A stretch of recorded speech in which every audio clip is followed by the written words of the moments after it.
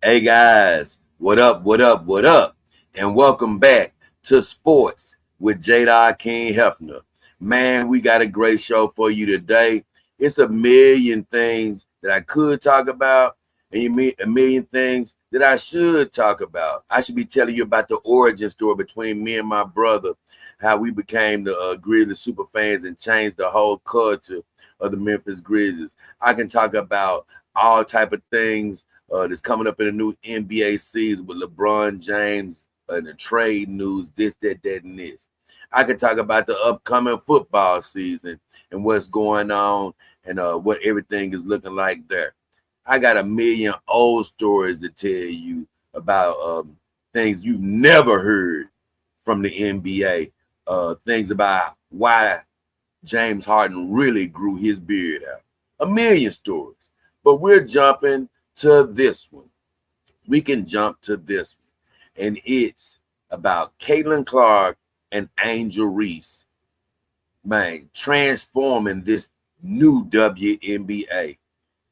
It's becoming a locomotive, but it's really off the backs of Caitlin Clark and Angel Reese. And let me tell you something. A lot of people out there might be saying, Jay, what in the hell are you talking about? Angel Reese is not nearly the player, excuse me, that Caitlin Clark is. And I agree with you. In the WNBA, Caitlin Clark to me has went to another level that Angel Reese is just not on. Although she has been an all-star, I think, every year of her career, which is amazing. And if she hasn't been an all-star every year, I know the last 3 years she's been an all-star. Maybe not that first year. I don't even remember, but I know she's been an all-star quite a bit. So she's been a pretty good player in the WNBA. But Caitlin Clark has been a box-busting superstar, so to speak. She has been absolutely amazing. So the reason I say that Caitlin Clark and Angel Reese changed this WNBA, and I know it's going to be a lot of these old WNBA vets and these other women saying, no, Jay, the WNBA was great before Caitlin Clark and Angel Reese. No, it wasn't. I've been watching for years and years and years because I'm a sports fan, but it's never had the hype that it does now, and that started when Caitlin Clark and Angel Reese entered the league. Why do I have them tied together? It's much like the thumbnail that you see for this particular live stream that has Magic Johnson and Larry Bird looking at Caitlin Clark and Angel Reese. I believe the same effect happened. You know, Caitlin Clark had lost to South Carolina, a predominantly black team in college the year before she faced Angel Reese. You know, she had lost to South Carolina in the tournament, didn't get to the championship game. The next year, when they met Angel Reese and company for the title, it was so hyped up because it was like, can Caitlin, beat this pretty much predominantly black squad? And Angel Reese Caitlin was known for sort of being a bit like she is now, edgy, sort of ton team that she's kicking her ass. And she used to do the what is it, the eye wave gesture or whatever, that I can't see you gesture. And that's what really kicked off this rivalry between Angel Reese and Caitlin Clark. What made it go to a new level is when Angel Reese was doing that. Always turn your phone off. When Angel Reese was doing that face wave gesture, it just took that level of rivalry to a whole new level. It really did. And people were choosing sides. They were either Caitlin Clark or Angel Reese. Believe it or not, when I first laid my eyes on Caitlin Clark, and I really only became aware of her during that year when she faced Angel Reese. I was more of an Angel Reese fan because I'm a butt fan. I'm just going to be quite honest with you. And Angel Reese butt was nice. She wore short shorts. She represented everything I've been wanting the WNBA to do, which is embrace feminism, embrace being a woman. You know, I know it's a lot of people that are lesbian in the WNBA, but I've always said, look, hey, for the girls that are girls, can you be girls? You know, in every other woman's sport, women sort of have skimpier clothing, of course, than men. And it sort of mirror images society. In society, women have more tight-fitting, skimpier clothes, and men have more full wardrobe, so to speak, covering everything. And so it's commonplace to see a woman like that. But then as soon as the WNBA come along, their uniforms are longer than the NBA uniforms. And so I've always hated that aspect of it, because I used to always think like, hey, man, for one, I'm a sports fan and I'm looking at basketball and football just because of the sport.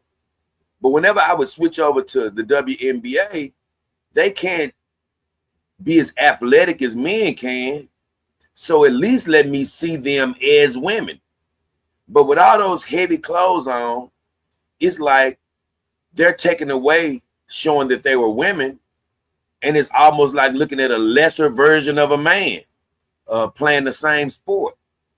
And that's what I was like, man, that's not going to make me want to watch this sport, because if I'm going to watch men running around, so to speak, I'd rather watch men who can dunk the ball and be athletic and things of that nature. But I think with Angel Reese, she popularized being feminine on the court. Although she had predecessors, she had people like I was just thinking about it. What's her name? Something. And it slips my mind. Got my girl's name to play for Oregon, but you had her, and even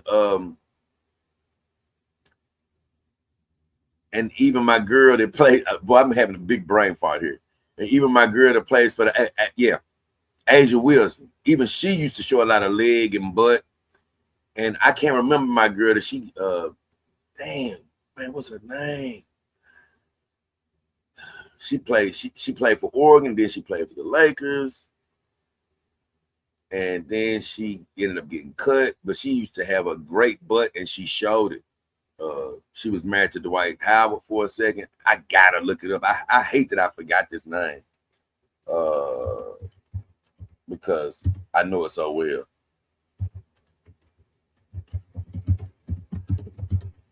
I hate that I forgot this because I know it. Tia Cooper.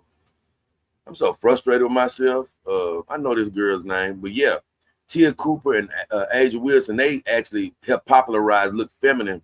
But to me, Angel Reese kicked the door down. And other girls followed her in trying to look feminine and wearing a little lipstick, a little makeup. And I just think that that's something that the game needed. But Angel in college was also very good. So to me, they sort of entered the WNBA with a lot of controversy. Like sort of like Magic and Bird with the sort of white and black thing. It was sort of a white and black thing going on with Angel Reese and Kayla. But I remember before they actually came into the league, of course they got one more year in. Before they actually came to, I'm trying to think, did Kayla come out before Angel? I think she did. I thought they came out the same year. But I know either way, the next year that I saw Caitlin Clark, after that matchup with Angel Reese, she was so much softer in her appearance. She was a little bit more attractive to me.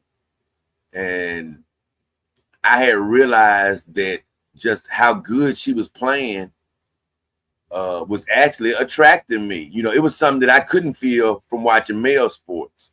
Of course, I've been attracted to many of females from watching their sports, but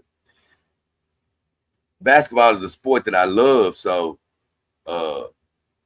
I had never experienced being a fan of somebody, some female's game, and then it making her more attractive to me. So I just felt that thing sort of happening, which I'm gonna probably do a separate video on another time. But I remember that dynamic was happening, and I really had become to be a fan of Caitlin. after that matchup with Angel. But as they entered the league, it was the Magic and Bird dynamic, but it has not paid off in the same way. Magic and Bird both were at the top of their game. You know, Magic came in, won a title as a 19-year-old. Next year, Bird won the title. So they came in as winners.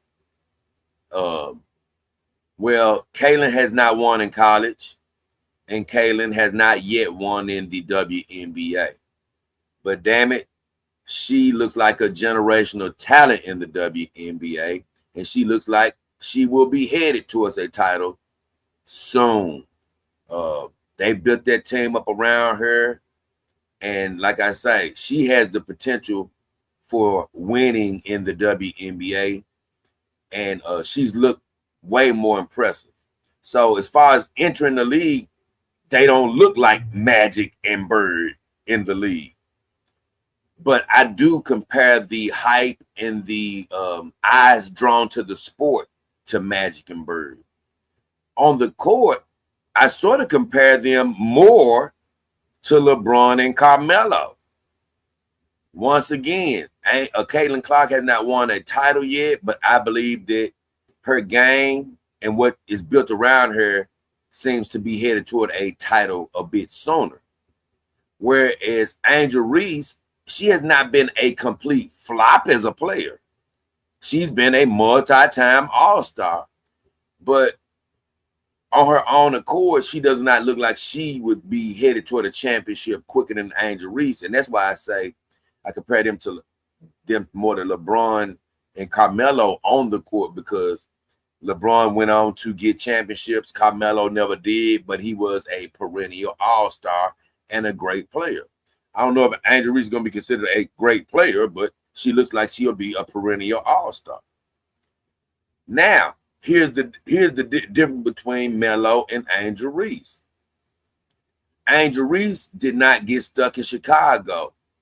Like when Melo was in Denver, they did get to the Western Conference Finals. He just couldn't get over the hump. I don't know if Angel would have got that far if she had stayed in Chicago. But she has gotten traded to Atlanta, where they have more of a team around her. And they are doing pretty good. And now she does have a chance of potentially being on a team that could one day compete for a title.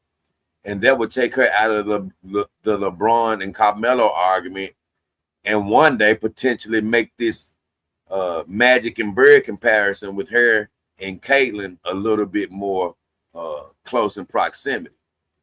Now, let me just hit this before I get out of here. A lot of people, once again, are going to be saying, hey, Jay, I still don't agree with the Caitlin and Angel. It's only Caitlin. What I'm saying is, guys, I understand what you mean. In the WNBA, Caitlin has been the woman. She has been the superstar. I promise you. I can't get into too much because I don't want to make this too long, but she makes my mouth salivate. I love this woman. I consider my de facto girlfriend, to be honest. So her game is absolutely amazing. It's on another level than Angel. So from that standpoint, you might be like, no, her game way better. She the one building the WNBA. But the whole premise that I'm building off of her building the WNBA is coming into the WNBA. That hype, that fervor, that ammunition of emotional energy, it was fueled by that last run-in with Angel Reese and the dynamic between the two. And now in the league is being fueled by all these damn women that seem to be hating on her. And it pisses me off. Everybody giving her a side eye. People want to be extra rough, trying to hurt my baby. You know, throw her to the ground and beat her up and all these things, right? And it's so funny because they acting like the league would be this paid attention to if it wasn't for her coming along. You know, still, even though Angel Reese is a part of it, she's the driving force behind it all.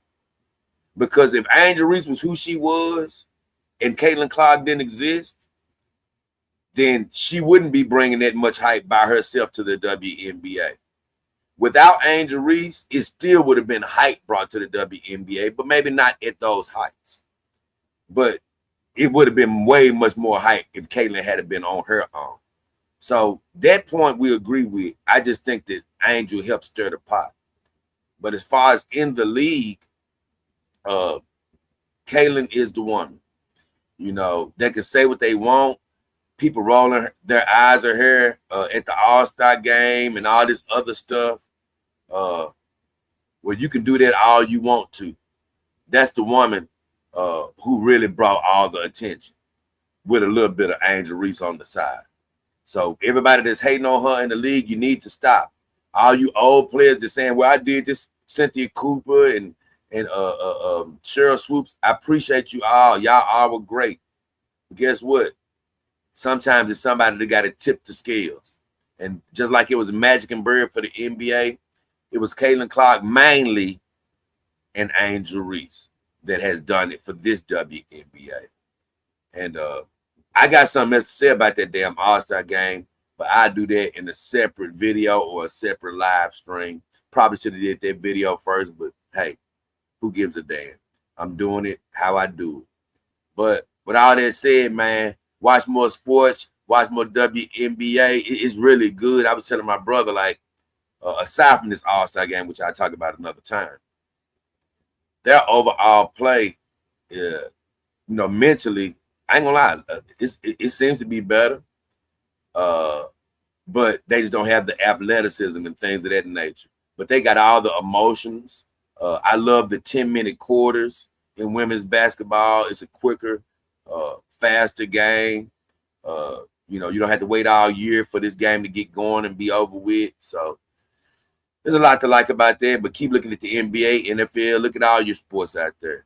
And whatever you do, keep on tuning in to this channel. I'm going to try to pick it up more and more, pick up steam, and tell a lot of great stories. But as of right now, thank you for tuning in. God bless you. It's been me, J. King Hefner, and all the ladies. As of right now, we are out of here. Till next time, y'all. Till next damn well time.